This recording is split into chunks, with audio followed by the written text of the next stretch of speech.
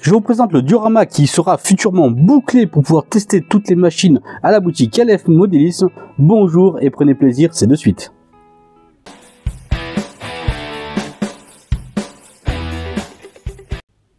Bonjour et bienvenue dans LF Modélisme, votre chaîne qui parle de modélisme, juste pour vous parler et vous présenter aujourd'hui le module qui sera bientôt bouclé de présentation de la boutique LF Modélisme. Voilà quelque chose d'abouti, de bien terminé, où est-ce que j'ai pu y mettre quelques maquettes maintenant pour tout simplement donner un petit peu vie à celui-ci. Il fait à peu près 122 de longueur sur une profondeur de 50. Il est en code 75 au niveau donc de la voie.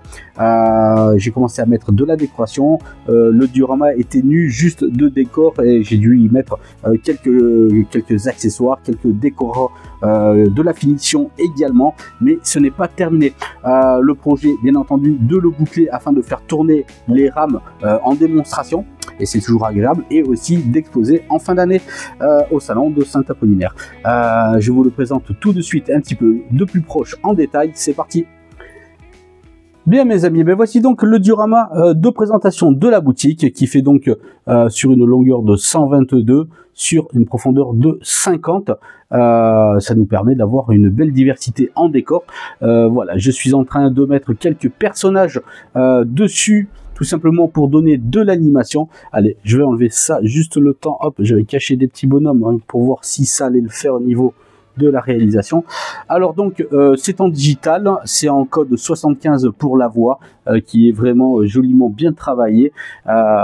J'y ai apposé des belles maquettes, vous voyez, par ici, par ici. Le décor était, j'ai récupéré le module, il était juste fait au niveau donc de la végétation, avec les entrées de tunnel et la voie. Vraiment un travail exceptionnel.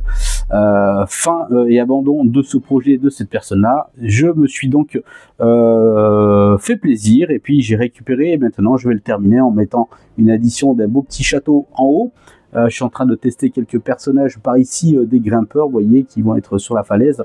Un petit parapentiste ici, quelques petits véhicules, une petite 4L donc avec des gendarmes qui attendent pour faire un éventuel contrôle. Voilà, ça prend un petit peu vie. Je vous montrerai également sur les côtés. Je vais sûrement boucler peut-être avec une rampe hélicoïdale donc de chez Nord, parce que ça me semble plutôt pas mal pour faire une gare cachée, on va dire, derrière. Parce que la particularité, est-ce qu'il y a un côté de la voie qui est proche, on va dire, à une quinzaine de centimètres, et l'autre qui est écarté, vous voyez, à plus de 35-40 centimètres. Donc des deux côtés, c'est pas comment dire, la même sortie. Donc il va falloir que je trouve une technique pour faire un bouclage, pour que ça aille derrière, ou je sais pas encore dessous, et d'autre côté avec la distance qui est moindre, de faire aussi un système, peut-être utiliser les rampes hélicoïdales pour fabriquer peut-être autre chose. Comme je vous disais, c'est en digital, j'ai dessus donc cette locomotive donc diesel, voilà, qui permet justement de faire les tests en boutique. Donc ça permet plutôt de faire toujours quelque chose de sympa. Vous voyez, hop, on la démarre. Ça fonctionne bien.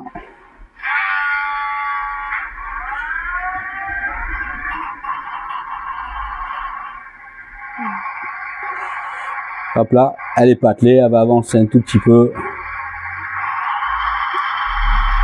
Voilà, en tout cas ça va vraiment donner des superbes vidéos dans le futur pour les tests des rames. Ça c'est indéniable. C'était vraiment un élément indispensable pour moi en boutique. Voilà, parce qu'il fallait quelque chose d'abouti pour que ça puisse faire plaisir aux yeux rapidement. Regardez, avec cette petite voie en dessous, est-ce que passe hop, cette voiture, plutôt sympa. Allez, on va éteindre la locomotive. Et donc voilà, donc dites-moi ce que vous en pensez au niveau du décor. Je sais que ça manque pour l'instant de verticalité, mettre des arbres bien entendu sur le côté, peut-être à l'arrière ici également. Voilà, il faut mettre des arbres. Dites-moi, est-ce qu'il faut que je mette quelques arbres ici, ou est-ce que ça va casser trop la vue justement du passage du train?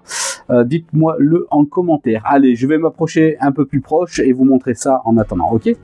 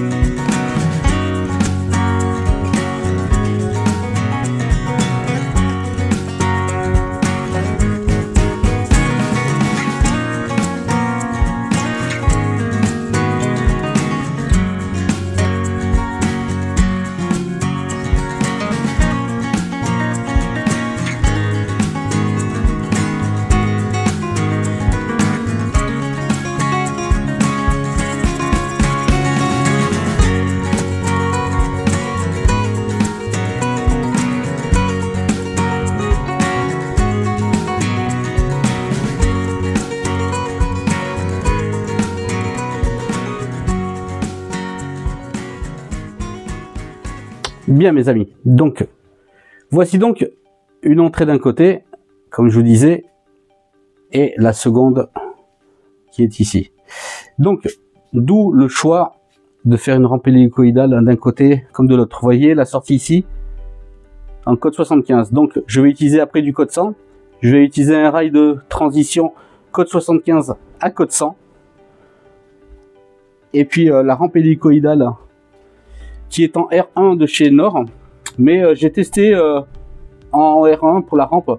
La plupart des voitures Corail, ça passe. Une 2D2 passe. Une 141 heures, ça passe. Donc, voilà, c'est plutôt pas mal. Donc, à tester pas mal de matériel, mais bon, l'ensemble passe pas mal.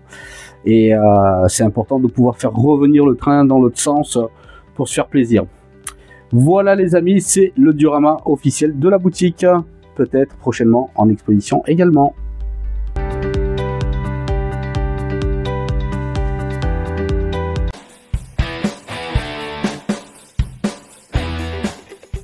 Voilà donc mes amis, c'était la présentation de ce diorama réseau dans pas longtemps qui sera bouclé afin que je puisse vraiment m'éclater.